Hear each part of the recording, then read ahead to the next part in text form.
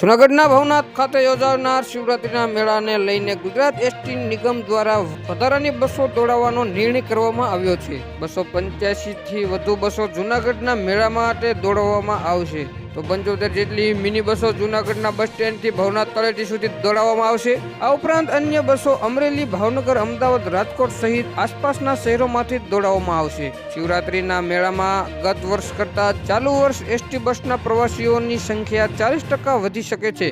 Gujarat ST નિગમના અધિકારી આર.જે.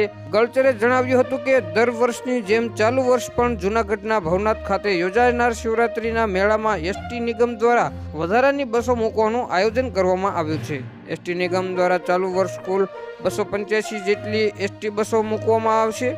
રાજકોટ, અમરેલી, સુરત, ભાવનગર સહિત સૌરાષ્ટ્રના આસપાસના શહેરોમાંથી પણ વધુ બસો દોડાવવામાં આવશે। અમદાવાદથી પણ જૂનાગઢ માટે બસો જશે। પ્રવાસીઓને તકલીફ ના પડે તે માટે લોકો ઓનલાઈન બુકિંગ પણ કરાવી શકશે। પળે પળની અપડેટ મેળવવા માટે અમારી ચેનલને લાઈક કરો, સબસ્ક્રાઇબ કરો અને બાજુનું બેલ આઇકન પ્રેસ કરો, જેથી કરી અમારા દરેક વિડીયોની નોટિફિકેશન આપને મળતી રહે।